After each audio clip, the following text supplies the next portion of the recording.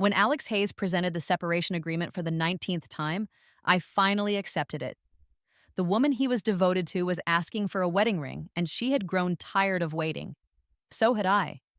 I was planning my own wedding, and the man I was marrying wasn't him. The first thing I did after putting my signature on the document was to take a photo of it and send it to Alex. I added a simple message. Signed. Should I have your assistant pick it up? 20 minutes passed in silence. The chat window remained unresponsive.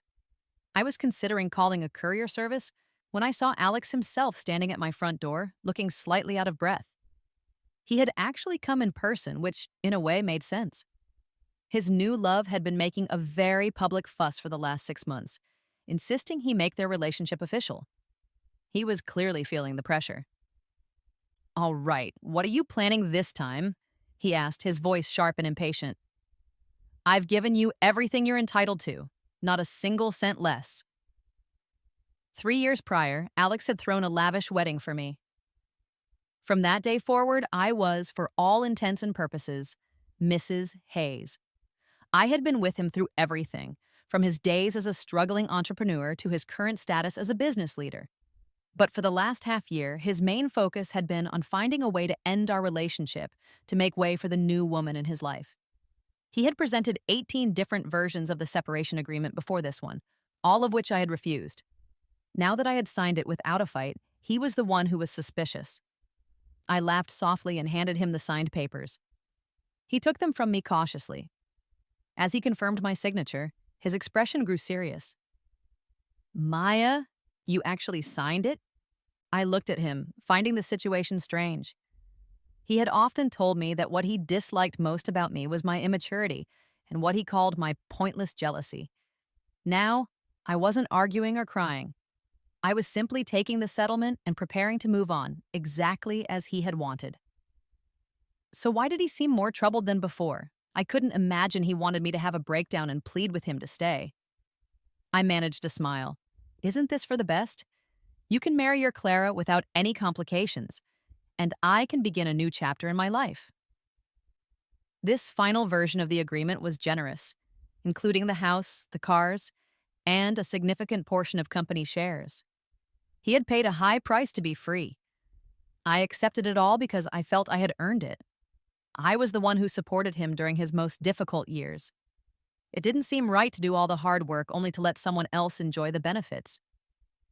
Now, everything was resolved. The wealth I had built for myself over the years, combined with his settlement, meant I could travel the world and live without financial worries. The love between us was gone, but at least I had financial security. Alex's expression was a mixture of emotions. He seemed to want to say something more, but hesitated. At that moment, a sweet, soft voice interrupted the silence. Maya, thank you for being so understanding and allowing us to be together. It was Clara, the woman Alex so adored. She had come from a small town and had worked her way up. After graduating from a public university, she had managed to secure a position at the highly competitive Hayes Group. Within just 3 months, she had become the CEO's executive assistant. She was indeed a hard worker, especially when it came to winning Alex's affection. Alex always described her as pure and innocent, and he worried that I might treat her unkindly. But I wondered what kind of innocent person would become involved with a married man and send photographs of their affair to his wife. I used to react with intense emotion, with tears and arguments. I had even tried to expose their relationship online, but any trace of my post had vanished by the next day. Alex was always efficient and decisive in handling problems. It was ironic that he was now using those same skills against me. After all the conflict, I was simply exhausted. I looked at the two of them with a faint, weary smile, feeling no desire to speak further. You have the agreement. Is there anything else? I was asking them to leave. This villa was legally in my name. Since Alex had started seeing other women, he rarely came here anymore. Their presence made me feel like the whole house needed to be aired out. Alex's expression hardened. Maya, trying to play games with me won't work. You signed it. Don't even think about going back on your word. With that, he took Clara's hand and turned to go. Wait, I called out. Alex turned back, a look of certainty on his face. He likely assumed I couldn't stand the thought of him leaving, but my reason was practical. Don't forget to wire the funds, and please have the property deeds transferred into my name as soon as possible. His face went blank for a moment. Then he spoke through clenched teeth. You're certainly in a hurry. A hurry? Of course I was. I was getting married and he wasn't the groom. If I didn't finalize our separation now, my future would become unnecessarily complicated. I had scheduled a pre-wedding medical examination for myself. I didn't expect to see Alex and Clara at the same hospital. He was holding her hand with great care as she spoke animatedly. He listened with a patient and adoring expression. They looked so close, as if nothing could ever come between them. The sight brought back a flood of memories. There was a time, long ago, when he had treated me with that same kind of devotion. It felt like a lifetime ago. The last time he had looked at me with such concern was after I had stomach surgery. I had been unwell and confined to bed for 4 months. It was during that time that he began his first affair. The woman was bold and unafraid. She came to our home and demanded that I leave. When I called her shameless, she retorted that the one who is no longer loved is the true intruder. Perhaps her pride was hurt because she shoved me forcefully. The fall led to internal bleeding, and I ended up in the operating room. When I woke up, the first thing I saw was Alex's face, etched with guilt. His eyes were filled with remorse. He held my hand tightly, his voice breaking as he spoke. I'm sorry, Maya. I'm a terrible person. Please hit me. I'm so sorry. I slapped him hard across the face. He didn't move, just accepted it. When I was too exhausted to continue, he finally spoke, his voice raw with emotion. Just this once, Maya. Please give me a chance to fix this. He ended the affair with that woman, and for a time, he returned to being the caring partner I had known. Unfortunately, that period of reconciliation only lasted for 6 months. 6 months later, a new woman was by his side. After that, the women came and went, a series of young, attractive faces that I barely had time to recognize before they were replaced. Clara was the one who had remained with him the longest. Running into them at the lab was undeniably awkward. I turned to walk away, but Clara's voice stopped me. Maya, what a coincidence to see you here. She was holding onto Alex's arm, her cheeks slightly flushed as she adopted a shy demeanor. I wasn't feeling well, so I came for a checkup. I watched her performance without any expression. Alex noticed the appointment form in my hand and his brow furrowed. What are you here for? I offered a cold smile. Mr. Hayes, it's probably not appropriate for you to inquire about your ex-wife's private medical matters in front of your new girlfriend. He seemed annoyed by my response. He pushed Clara aside and took hold of my wrist. Maya, I am your husband. If you're at a hospital lab, I have a right to ask. I looked at him, my tone filled with disbelief. My husband? Mr. Hayes, are you certain about that?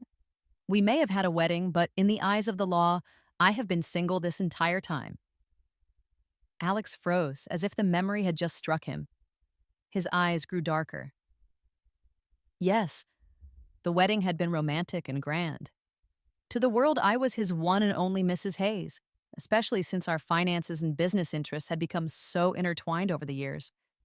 But very few people knew the truth. We had never legally registered our marriage. Every time I had tried to convince Alex to make it official, he was either busy with a meeting or had to leave for an overseas business trip. His time was always too valuable.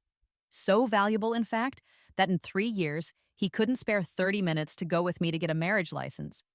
Yet, when it came to separating, we fought bitterly over money and assets, creating a significant public spectacle. His grip on my wrist was beginning to hurt, but he didn't let go. Fortunately, my number was called at that moment. Patient Maya, please proceed to examination room 5. Alex reluctantly released my hand. I immediately walked past him and Clara, entered the room, and locked the door behind me, completely ignoring the angry look on his face. The doctor reviewed my test results carefully and provided me with some instructions. He also suggested I bring my fiancé with me for the next appointment. He's passed away, I said.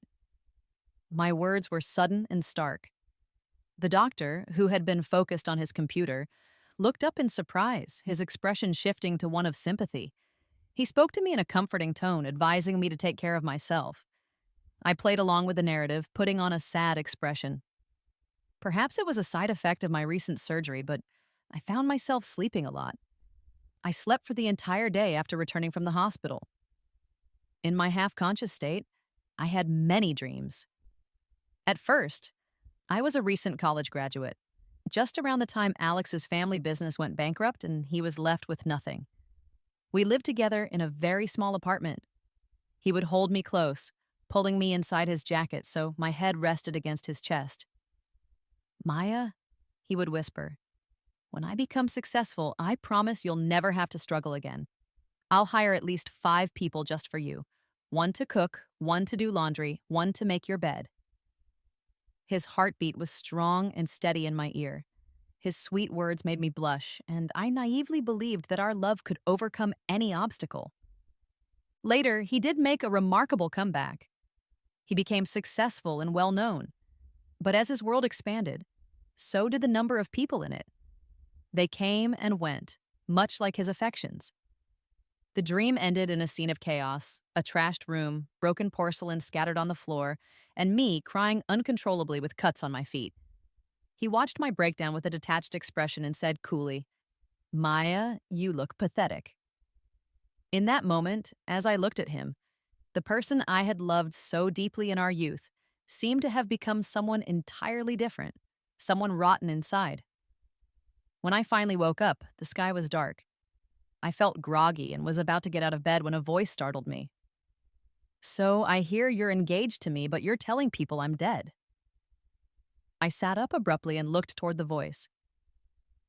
By the large window, a man was looking at me. The moonlight cast a silvery sheen on his dark suit. The room was dim, and he was standing in the shadows. If he hadn't spoken, I wouldn't have even known he was there. "Julian Ford? Are you trying to scare me to death? That's going too far." Julian chuckled at my accusation. He walked over to the bed and gently pulled me into his arms. His warmth spread through my thin pajamas as his hand rested on my lower back, rubbing it gently. When he spoke again, his voice was filled with a helpless sort of resignation. "Who's the one who's really gone too far, Maya? First you sleep with me and then you disappear. Now you're trying to run away with my child." Julian was right. My plan had been to take our child and move to a small, quiet town to start over. Far away from Alex and also far away from Julian. Our relationship hadn't exactly started under conventional circumstances. It had happened 3 months ago on my birthday. Alex had suggested we celebrate together one last time before we finalized our separation. He said it would be for good luck, a way to ensure a clean break. He made a reservation at a restaurant with a beautiful view of the city. He picked me up from my house and acted as if everything between us was normal. He brought out a cake, placed the candles, and lit them himself. "Make a wish," he prompted. With a heavy heart, I closed my eyes and made a silent wish. It probably took no more than 10 seconds. When I opened my eyes again, the chair across from me was empty. I was confused. Alex was gone. I waited for some time, but he didn't return. Eventually, a waiter approached my table.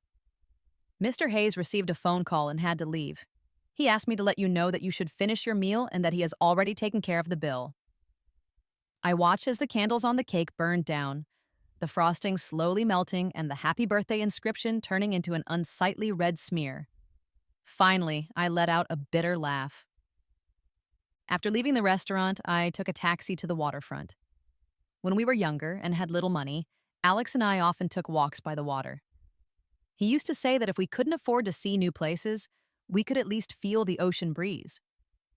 Now the ocean was still the same, but the person had changed a long time ago.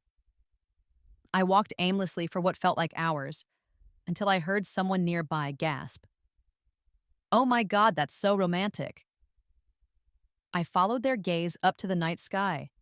Countless drones were lit up, forming elegant, cursive words against the dark backdrop. "Clara, I love you." A few moments later, the sky erupted in a spectacular display of fireworks. People around me were sighing in admiration. "Wow, some wealthy person is really putting on a show tonight," one person said. Sigh, just another day of being a background character in someone else's love story, said another. Almost as if I wanted to hurt myself, I opened my social media apps.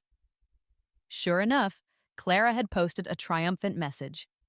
True love is when I tell him I miss him, and no matter the time, he makes a grand gesture to show his love. The post was accompanied by a photo of the drone show. When a person reaches a certain point of emotional numbness, they can act in strange ways. I bought a lot of alcohol. The waterfront was crowded with people. Alex and Clara were surrounded by an admiring crowd, completely unaware of my presence.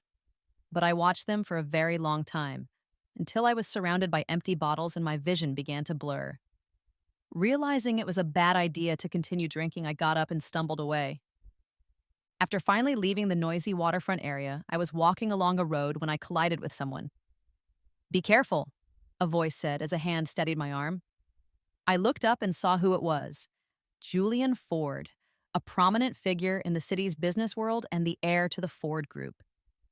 We had worked together on several business deals over the years. I could honestly say that about two-thirds of my personal wealth had been earned through ventures connected to him. He was the complete opposite of Alex, with almost no women in his social circle. Many people in our professional community joked that he might be gay, a rumor he never bothered to deny. Maya? He asked, holding me steady with a concerned frown. Why have you been drinking so much? He had a pleasant, clean scent, unlike Alex, who always seemed to smell of Clara's perfume. Julian, everyone says you like men. Is that true? For some reason, the question just came out. My tongue felt numb, likely due to the alcohol. Julian seemed surprised for a moment, then he sighed with a sense of resignation and helped me into his Rolls Royce.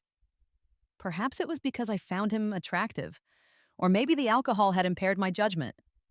Or maybe, on some level, I just wanted to do something to get back at Alex. I moved closer to Julian and kissed him on the cheek. He turned his head and looked at me, his eyes widening in shock. A faint blush appeared on his pale skin. Emboldened, I climbed onto his lap.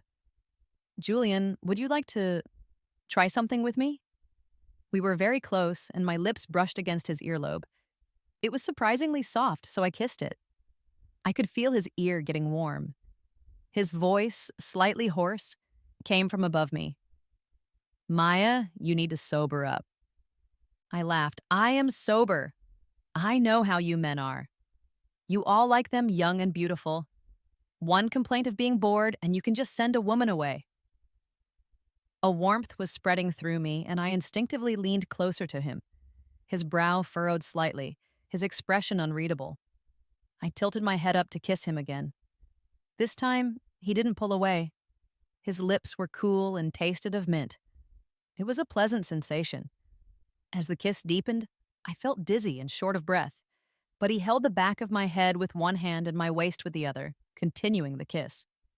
The partition in the car silently rose, creating a private space for us. He finally pulled away, his voice even hoarser than before. Maya, I don't like men, and I don't like them young. Huh? His response seemed delayed. We had already kissed. Why was he bringing that up now? The alcohol hadn't made me black out, but my mind was certainly hazy. Before I could process his words, Julian had started the car. It wasn't long before we arrived at a villa. He lifted me out of the car and carried me through the living room, up the stairs to a bedroom, and gently placed me on the bed. He stood over me, looking down. My eyes were drawn to his lips, which were moist and slightly swollen from our kiss. My gaze moved lower. He had unbuttoned the top two buttons of his shirt, revealing his collarbones. He looked incredibly tempting. He smiled slightly, then took my hand and guided it under his shirt. Maya, do you want this? Yes. Satisfied with my response, Julian leaned down and kissed me again. Unlike the previous kisses, this one was deep and intense, as if he was releasing a powerful, possessive feeling. His kisses traveled down my neck. Maya, do you like it? My face felt hot, and I could only hold on to him tightly. At first, I bit my lip and didn't answer, but I eventually gave in to his advances. I buried my face in his neck and whimpered, I like it. He kissed me again, satisfied. Eventually, I fell into a deep sleep in his arms. When I woke up the next morning, he was gone. I understood the implication. He was likely someone who preferred to avoid complications. That was fine with me. I didn't like complications either. Since he had left, it seemed best for me to pretend that nothing had happened. It was the simplest solution for both of us. So I left quietly, blocking all of his contact information on my way out to prevent any future awkwardness. As for our business dealings, I would have my assistants handle them from now on, keeping things strictly professional. After that day, I didn't see Julian again. Until a few days ago when he found me. "Maya, why did you block me?" He whispered, his lips close to my ear. His voice was cool, but his breath was warm. "Don't tell me you regretted it after sleeping with me. If that's the case, where is our child supposed to find a mother?" His reaction surprised me. I hadn't expected him to be so concerned about being blocked. To clear up any potential misunderstandings, I decided to be direct. "Julian, we are both adults. I initiated what happened that night, and I accept responsibility for it. Since you found me at the hospital, you must know that I'm keeping the baby. I have my own money, and I'm fully capable of raising a child on my own. I won't cause you any trouble. If you're worried, we can sign a non-disclosure agreement."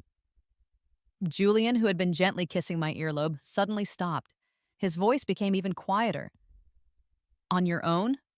What if the child asks about their father? What if they want to see a picture of their father?" I had already considered that. "I'll tell the child their father passed away. We can use AI to create a photograph. As for the cause of death, we can say it was a car accident.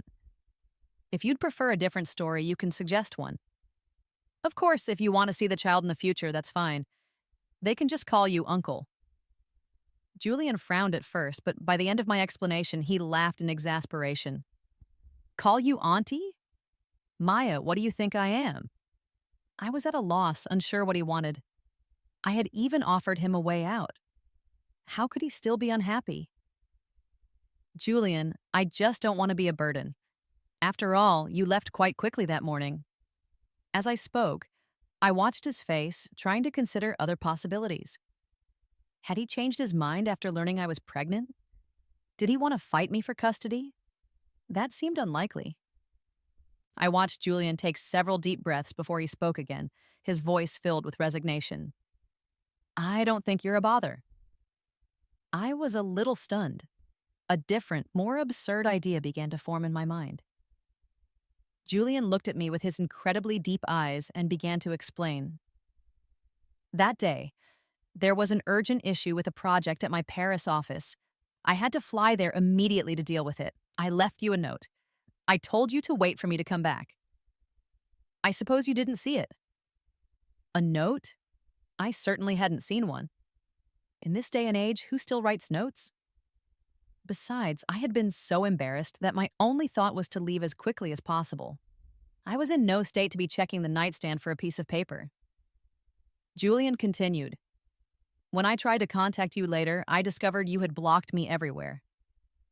Maya, in your eyes, am I someone you need to hide from?" I gave an awkward laugh. That's a bit of an overstatement. But we can't just get married because we slept together one time. He lowered his gaze and asked, "Why not?"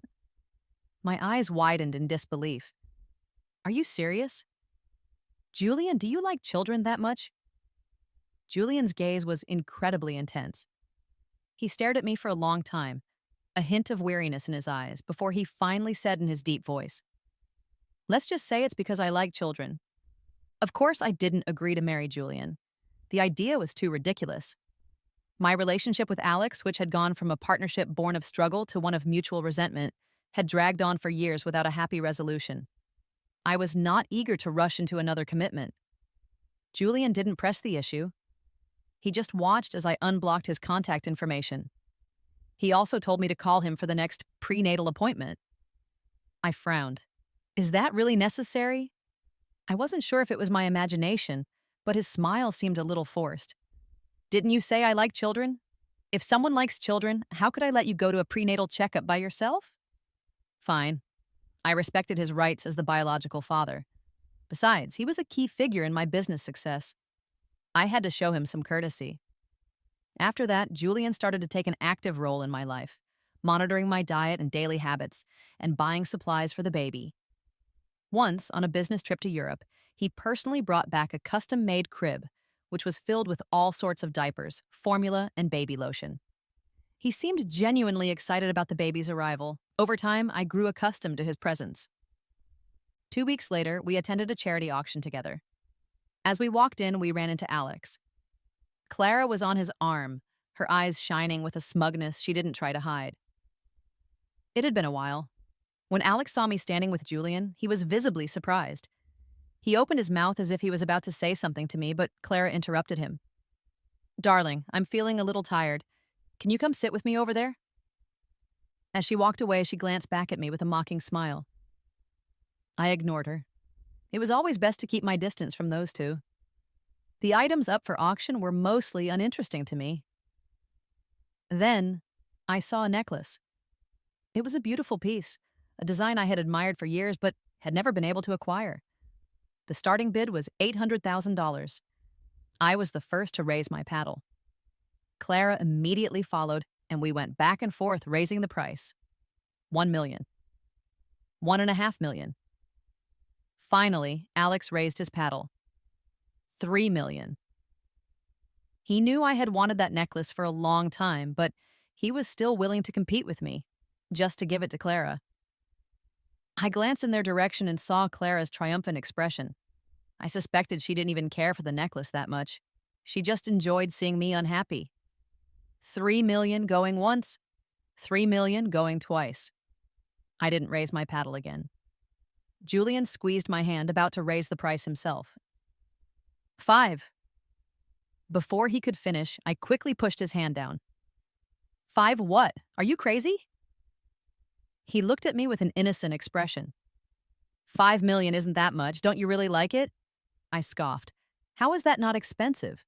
You've just never known what it's like to be poor. Only people who have experienced real poverty understand that $5 million is a huge amount of money. When you have nothing, you might do anything for $500, let alone 5 million. But Julian, who had never faced hardship, probably couldn't understand that. I shook my head. Let it go. It's not a good investment. The 3 million Alex bid is already much more than the necklace is worth. If he wants to overpay, let him. Besides, Alex had already signed the settlement agreement. The money he was spending now was his own. 3 million might not be a lot to him, but every expense adds up. I was almost hoping he would spend all his money. 3 million going 3 times. Sold. The gavel came down and the sale was final. Afterward, as people were leaving, Clara deliberately approached me, her voice dripping with condescension. "Maya, are you upset? It's all Alex's fault. He saw that I liked it and just had to have it for me. I can let you borrow it to look at if you want." Alex stood beside her, watching the exchange in silence. He truly did spoil Clara, allowing her to behave this way in front of me again and again. I curled my lip. No, thank you. I didn't like it that much anyway. If you like it, it's all yours. After all, how valuable can anything you set your sights on really be? My gaze deliberately shifted to Alex. His face visibly darkened. He said, annoyed, "Maya, why do you have to be like this? It's just a necklace. Do you have to be so bitter? I'll buy you another one later if it means that much to you." I looked up at him, startled, then stared him directly in the eyes. "There's no need. As you said, it's just a necklace. I have plenty of them." Alex seemed to choke on his words as if he had just remembered something. I was a jewelry designer. The initial $1 million for his first company had come from me selling the rights to my own designs. Back then, he had held me with tears in his eyes, promising that he would buy me mountains of jewelry in the future. In the end, the only thing he ever gave me was a simple, plain ring. I was his girlfriend for 4 years and his wife for 3. He had gotten 7 of my most precious years in exchange for a tiny diamond. Promises are only sincere in the moment they are made, and sincerity is a fleeting thing. Eventually, love fades, and all that remains is a sense of obligation. Now, he had his company, and I had my own career. My jewelry brand was recognized internationally. If I wanted something, I could buy it for myself. I didn't need him anymore. Alex, likely remembering the past, seemed lost in thought. When he looked at me again, his eyes held a flicker of guilt and longing. Just then, Julian's tall figure moved between us, completely blocking Alex's view of me. His voice was casual but laced with sarcasm. "Mr. Hayes, it's been a while. I see your taste has changed. You're into the sweet and innocent type now?" When he said sweet and innocent, Julian's gaze briefly passed over Clara. She managed to suppress an outburst, but her face was tight with anger. I was tired of the drama. "Julian, let's go." The fact that I used his name in public seemed to please him. He smiled. "Okay." I thought that would be the end of it and that I could finally have some peace. But then, Alex suddenly decided to change his mind. I have a habit of silencing my phone when I sleep. When I woke up that day, my screen displayed over 30 missed calls and more than 99 messages, all from Alex. "Maya, we need to talk. I'm coming to see you. No one is home. Where are you?" That time at the hospital lab, what were you really there for? If you don't answer, I'm waiting at your door. Maya, why weren't you home all night? Why did you let the staff go? Because I had moved out a long time ago. That house held too many memories of his life, and living there felt suffocating, so I sold it. When Julian found out, he, as the child's father, generously offered me a villa on a private island, complete with a private doctor and a full staff. The island was beautiful and the climate was perfect, which was ideal for my health. I didn't refuse the offer. Only a fool would turn down something like that. Since Julian wanted to enjoy the rights of being a father, it was only fair that he contributed financially. It was a fair exchange, a kind of understanding we had developed. As for Alex, according to our agreement, he still had a significant amount of assets to transfer to me. This was not the time for him to be having second thoughts. I immediately called him back. Alex's voice on the other end of the line was tired and hoarse. "Maya, I spoke to the old staff. They said they noticed you were preparing for a wedding. If that's true, maybe we don't have to separate." My patience was wearing thin. It seemed that even making a phone call was not a private matter anymore. It was a good thing I had anticipated that the truth would eventually come out and was prepared for it. I cut him off before he could continue. "I am getting married, but Alex, whoever said that you were the groom?" There was a long, heavy silence on the phone. I could almost hear his uneven breathing. After a while, he finally asked in a cold voice, "Maya, what are you talking about?" When Alex eventually found me, I was playing with Sunny, a small golden retriever Julian had gotten for me to keep me company. He was a gentle and friendly dog who loved to lie at my feet in the sun. Alex stopped short when he saw me. "You're really here. If I'm not mistaken, all the property here belongs to the Ford family." He stared at me, his gaze so intense, it felt as if he were trying to see right through me. "When did you and he—" I tilted my head and smiled. "Do you remember my birthday? The night you left in the middle of dinner to give Clara that drone show?" Alex's eyes widened in disbelief. His voice trembled as he finally managed to say the words, "Maya, we weren't even separated and you were already cheating on me?" In his view, I was the one who had wronged him, the one who deserved to be condemned. I couldn't help but laugh mockingly. I retorted, "And what about all those years when you had one mistress after another? When you were with Clara, did you ever think about me?" He knew he was in the wrong and couldn't respond. He stood there for a long time before finally mumbling, "Maya, cancel the wedding. Let's stop fighting.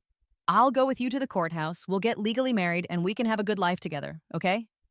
I was so angry that I laughed, looking him straight in the eye. "Cancel? Do you think that's even possible? What right do you have to make decisions about my future?"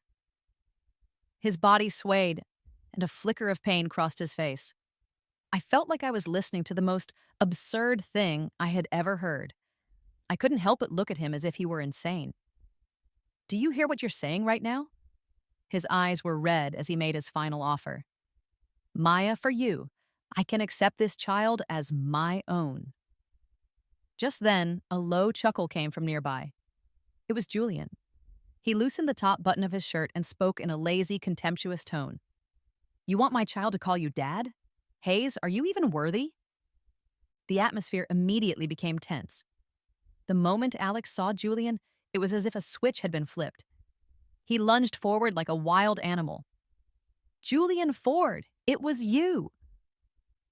Unfortunately for him, he never reached Julian. The villa's security guards intercepted him. He seemed to have forgotten where he was. Alex's eyes were bloodshot as he struggled against the guards trying to fight Julian.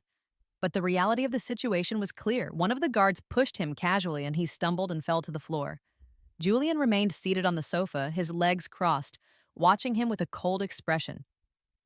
Are you going to leave on your own, or should I have my staff escort you out?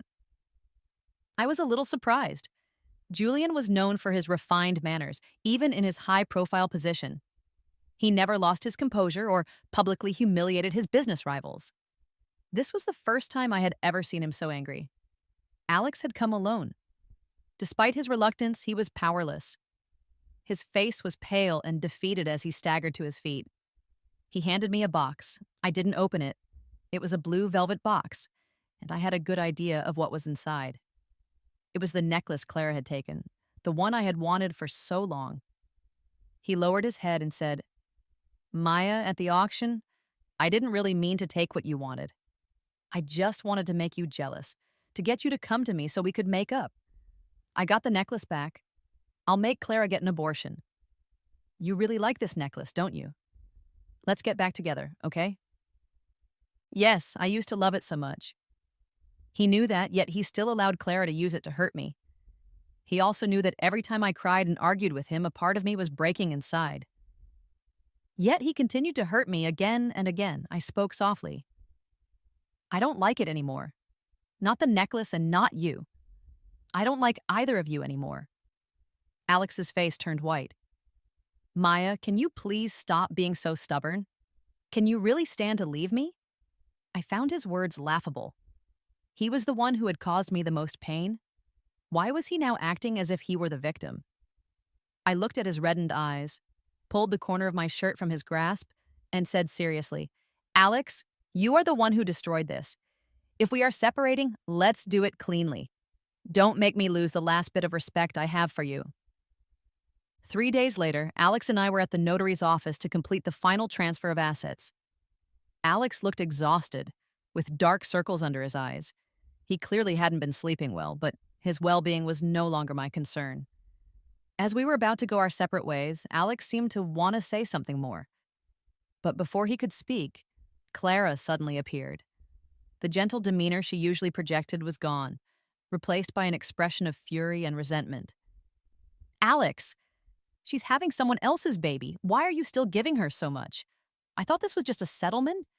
But you even transferred the $80 million villa to her? Have you thought about me at all? I frowned slightly. Clara probably didn't understand that what Alex was giving me was not just a simple settlement. Every business deal he had made, every dollar he had earned, included my share. Without my initial contributions, he wouldn't be where he was today. I was simply receiving what was rightfully mine. Besides, Clara was being impulsive. Alex's affections were intense but often short-lived. Letting her carefully constructed persona of a sweet, gentle partner crumble so quickly was not a wise move. Maya, don't you dare take advantage of us! Clara screamed at me, rushing forward. That's enough, Alex shouted, stopping her. Will you ever stop making a scene? Don't embarrass yourself here. Clara froze at his outburst, her eyes immediately filling with tears. She threw her designer handbag at him. Embarrass myself? How could you yell at me? You've already broken up with her. Are you still trying to protect her? A crowd of onlookers was beginning to form. Alex's expression grew more and more annoyed until he finally snapped. Even if I don't get back together with Maya, I would never marry you. Clara was completely stunned. A moment later, reality seemed to set in, and she chased after him in a panic, trying to grab his hand. But Alex's face was cold and indifferent. He forcefully pushed her away. Get away from me! The accident happened in that instant. She fell to the ground, her face pale, crying out in pain. Alex, it hurts so much. Alex panicked at the sight, his face a grim mask. A chill ran down my spine. This was how Alex and I used to be, constantly in conflict, wearing each other down. Perhaps it was fate. A man with a wandering heart was destined to have a complicated and unstable family life. After Clara's dramatic scene, the news about me and Julian eventually reached his family. The next day, Julian's grandfather summoned him back to the family estate and specifically requested to meet me. I was nervous in the car on the way there. Julian tried to reassure me, saying his grandfather was very easy to get along with. I wanted to believe him, but from the moment we walked in, the old man's brow was furrowed. Even though he was 80 years old and used a cane, his face was stern, carrying the natural authority of someone used to being in charge. He squinted his eyes and said in a tone that allowed no argument, "Kneel." The commanding voice echoed through the large hall. Without a word, Julian took off his suit jacket and knelt down, his back perfectly straight. I was so startled I nearly jumped. Wait, was I supposed to kneel too? I was completely bewildered. But when Julian's grandfather turned to me, his attitude changed completely. He walked towards me with a kind and benevolent smile. "My dear, don't be nervous. Come, sit down. Grandpa is not a bad person. Grandpa just wants to teach this boy who mistreated you a lesson. You just sit on the sofa and watch." I was completely confused as the family's housekeeper helped me to a sofa. When Julian's eyes met mine, he gave a slight smile, as if to tell me not to worry. It seemed he was used to this kind of discipline. He could probably handle it, but I had overestimated his patience. Because the next second, he said, "Grandpa, Maya is sitting. Can I get up now?" He shouldn't have said anything. The moment he spoke, his grandfather erupted in anger. "You little brat, you have the nerve to talk back. Have you forgotten the family rules? I introduced you to so many nice girls and you wouldn't even meet them. And what happens? You go and sleep with a perfectly lovely young lady. What a disgrace to the family." As he yelled, the old man struck him even harder with the cane. I was shocked by the scene. What century was this? They still used corporal punishment? Julian was a powerful and respected figure in the business world, but at home, he had to kneel obediently and accept a beating. I tried to intervene. Grandpa Ford, actually, this isn't Julian's fault. That night, I was drunk, and I was the one who— But before I could finish, his grandfather cut me off. "Don't you dare make excuses for him. You were drunk, but what about him? If he didn't have improper thoughts, would this have even happened? It's clear this boy took advantage of you. I'll teach him a lesson." Grandpa Ford was not holding back. After about 10 strikes, I could see blood seeping through Julian's white shirt. I quickly grabbed the old man's cane. "You can't hit him anymore." Grandpa Ford wouldn't stop, trying to wrestle the cane away from me. In the midst of the struggle, I stood up and shielded Julian with my body. "Grandpa, you can hit me, but please don't hit Julian. We're having a baby." At my words, Grandpa Ford's hand froze in midair. After a few seconds of confusion, his eyes lit up. "A baby? You mean I'm going to be a great-grandfather?" Julian was stunned. "You called me all the way back here and you didn't know?" Grandpa Ford shook his head, looking puzzled. It turned out he had only heard a vague version of the story and was unaware of the baby. I had come to the Ford estate prepared to discuss custody arrangements for the child. But after hearing the full story, the old man's only question was when Julian and I were getting married. I was speechless. "Sir, aren't you changing your position a little too quickly?" I had to clarify. "I'm sorry, Grandpa Ford. I don't have any plans to get married right now." Grandpa Ford was silent for a moment.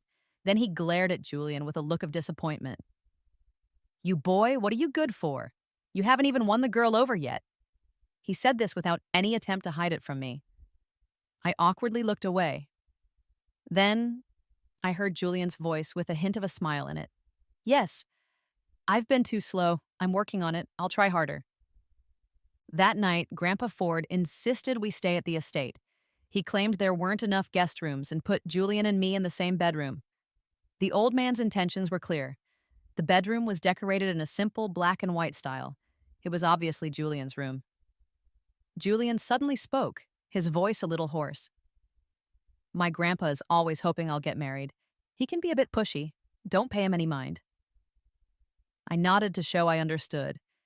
It was common for older people to want a large family. After applying ointment to the welts on his back, I let out a long sigh. I casually glanced around the room. Suddenly, a pair of cufflinks on the dresser caught my eye. Why did they look so familiar? I walked over to them, picked them up, and was overcome with shock. Julian, how do you have these cufflinks?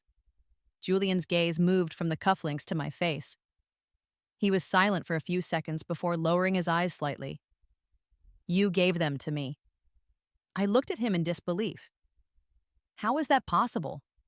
I sold these 8 years ago. Julian took the cufflinks from my hand, took a deep breath as if preparing himself, and then began to explain. 8 years ago, a young woman was selling things from a stall near the university. She sold me these cufflinks. They had 6 blue and white diamonds and were beautifully detailed, as good as any luxury brand, but she only sold them to me for $800. She said she had designed them herself, that they weren't from a famous brand, so they weren't worth much. She was selling her things to save up money to buy her boyfriend a new phone. Halfway through his story, Julian looked up and gave a self-deprecating smile. At the time, I thought she was very pretty, just a little naive. I used to pass by that street often back then, and I always saw her there. If she didn't have a boyfriend, I definitely would have asked her out. Later, she graduated, and I went abroad. I thought our paths would never cross again. But who would have thought that a few years later, her work would appear at a global jewelry auction? And then, she came to me with her own jewelry brand. I watched her as she made her way towards me, step by step, and that old feeling I had was rekindled. For years, my self-control reminded me that she was with someone else, that I absolutely could not interfere. Until that night when she stumbled and fell right into my arms. The night grew quiet. The room was bathed in the soft yellow glow of a lamp. A gentle night breeze came through the window screens of the old mansion, bringing with it a subtle coolness. Julian's voice grew softer. That night you kissed me. Maya, how could I ever let you go after that? I listened, stunned. Julian was already cupping my face in his hands, kissing me deeply. Later, we had a beautiful daughter with rosy cheeks. Julian was always by my side, but I never agreed to his proposals of marriage. There was no specific reason. I just didn't want to feel trapped in a relationship again. Only those who have been confined can truly appreciate the value of freedom. Besides, love and marriage have never been the same thing. I wasn't willing to casually enter into that arrangement again. My daughter took my last name. We named her Sophie. I was with her for everything, from her first words to her first day of school. Before I knew it, another 7 years had passed.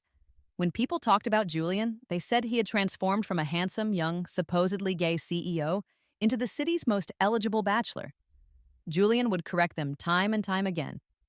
I'm not gay and I'm not single. I have a girlfriend. I have a daughter too. My daughter is gorgeous. Grandpa Ford, still healthy and energetic, would often tease him with a disappointed tone. Yes, you have a girlfriend and you have a daughter, but you don't have a wife. And your daughter still calls you uncle. Julian would be left speechless. Of course, Sophie knew from a young age that Julian was her father. She was just very attached to me. And every time Julian came to visit, he would insist on sleeping in my bed, clinging to me even more than our child did. So, Sophie would have to be coaxed away by her grandmother. That was why Sophie deliberately called him Uncle Julian. Uncle Julian, wounded by his daughter's rejection, would come to me at night looking pitiful. He would hold me and kiss me over and over, his voice filled with grievance. Maya, you heartless woman, when are you finally going to make an honest man out of me? His hands would be on my waist. I would lazily poke his abs. That depends on your performance tonight and on my mood tomorrow. Julian would grumble that all I ever gave him were empty promises. The next second, he would bury his head in my neck and kiss me even more fiercely. Later, I heard from a friend that Alex had died. Clara had relentlessly clung to him, refusing to let him go. She threatened him, trying to force him to marry her and take care of her for the rest of her life. Alex had long grown tired of her and refused to give in. He even tried to fire her from his company. Clara, feeling cornered, used her position to leak company secrets to a competitor and uncovered financial irregularities within the company. Alex was overwhelmed. First, he lost several major contracts and then his funding sources dried up. The company went bankrupt. He hated Clara. During a heated argument, in a fit of rage, he pushed her off a balcony. Perhaps feeling that his future was hopeless and his spirit was broken, Alex jumped down after her. After hearing the story, I just nodded. Is that so? There wasn't a single ripple of emotion in my heart. After all these years, hearing the name Alex Hayes felt like hearing about someone from a past life. My friend was still sighing. You know, you two were so good together back in school. I still remember Alex bringing you lunch every day, helping you with your homework. He couldn't be away from you for a day. Back then, everyone in our dorm knew how much he loved you. He was such a good person. How did he just end up like that? I listened quietly as if hearing about a stranger. Mommy, Mommy, come play. In the distance, my daughter was waving at me. Julian was playing frisbee with her and the dog. I quickly ended the phone call, took the frisbee from my daughter's hand, and threw it far. The dog ran wildly after it, and my daughter laughed with joy. Julian looked over at me. That one look was full of gentle love. And in that moment, all was right with the world. Alex's perspective.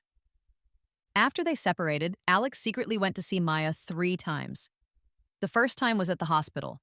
He was being tormented by Clara and was at his wits' end. On top of that, years of smoking and drinking had finally taken their toll. His stomach condition flared up and he ended up in the hospital. When the pain was unbearable, Alex would inevitably think of Maya. Before, after a night of drinking, if he so much as frowned, Maya would worry if he was feeling unwell. If he got sick, she would be heartbroken. He had always believed that Maya, who loved him so much, would never leave him. But now he was suffering from internal bleeding, in extreme pain, and even just hearing her voice had become an unattainable luxury. Maya had deleted his number long ago. Thankfully, their chat history was still on his old phone. He listened almost obsessively to the old voice messages she had sent him. Honey, pick me up after work. Mwah! Oh, and let's make time to see the Northern Lights in Iceland this year, okay? Alex, Mr. Hayes, happy birthday. No working late tonight. And don't you dare say my cake is ugly. Her voice felt so close, as if she were still right there beside him, playful, sweet, and sometimes angry. He deliberately skipped over the later messages, the ones filled with endless arguments, where she cried and demanded to know if he still loved her. Only after losing her did he finally understand. He hadn't grown tired of Maya. She had become an essential part of his life, like the air he breathed. You don't notice it's there, but you can't live without it. Later, by a strange coincidence, he saw Maya in the same hospital's lab. She was there for a prenatal checkup. Julian Ford was with her the entire time, a powerful executive in a suit, personally attending to a pregnant woman, running errands for her. In that moment, Alex had to use every bit of his self-control to stop himself from running to her, to repent and beg for her forgiveness. To avoid disturbing her again, he fled in shame. The second time he saw Maya was 3 years later. By then, his company was in serious trouble. He was desperately seeking funding. As he passed by the large screen in Times Square, he saw her jewelry advertisement. She was a designer with a brilliant mind for both business and art. In the years since they had separated, his career had stalled, while she had soared to heights he could no longer reach. Alex saw Maya herself standing under the giant screen, wearing a stunning red dress. It appeared to be some kind of press event. She was posing for pictures with reporters. She was so beautiful. And he was a mess, completely disheveled. It felt like he could never catch up to her again. Alex watched in silence, his eyes turning red with unshed tears. The third time he saw Maya was at an amusement park. The sun was shining brightly that day. Julian was holding his daughter's hand with one hand and an umbrella for Maya with the other. The 3 of them were wearing adorable matching family outfits. The little girl was laughing, at first calling Julian Uncle Julian. Then, somehow, she suddenly switched and called him Dad. Julian seemed to freeze, repeatedly asking the girl for confirmation. Sophie, what did you call me? Can you say it a few more times? Quick. The little girl was a bit shy, but with Maya's encouragement, she finally hugged Julian happily. I called you dad. Daddy, daddy, daddy. What? You don't want to be my dad. You want to keep being my Uncle Julian? Julian looked so happy he seemed on the verge of tears. And Alex stood far away, in an inconspicuous corner, watching the scene with a burning jealousy. By then, his company had long since gone bankrupt. Clara was like a disease, tormenting him to the brink of insanity. He was so jealous. Jealous that Julian had won Maya's heart. He was filled with even more regret.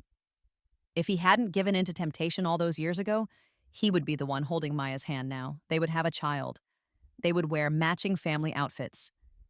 If only there were a time machine he could go back to before he hurt Maya, she would still be his Maya. But it was all just a fantasy now. Clara came to harass him again. This time, during their fight, she threw his old phone from a dozen stories up. The phone shattered into pieces. Alex completely lost his mind. That phone had all the voice messages Maya had ever sent him. For all these years, he could never bring himself to delete them. On every sleepless, agonizing night, he would listen to those voices, like a man drinking poison to quench his thirst. But Clara had destroyed it. In that moment, his sanity completely snapped. He pushed Clara off the ledge. Go to hell, he said to Clara and to himself. As his body fell, the wind rushed past his ears. Maya, if I'm gone, will you think of me sometimes? No, just forget me.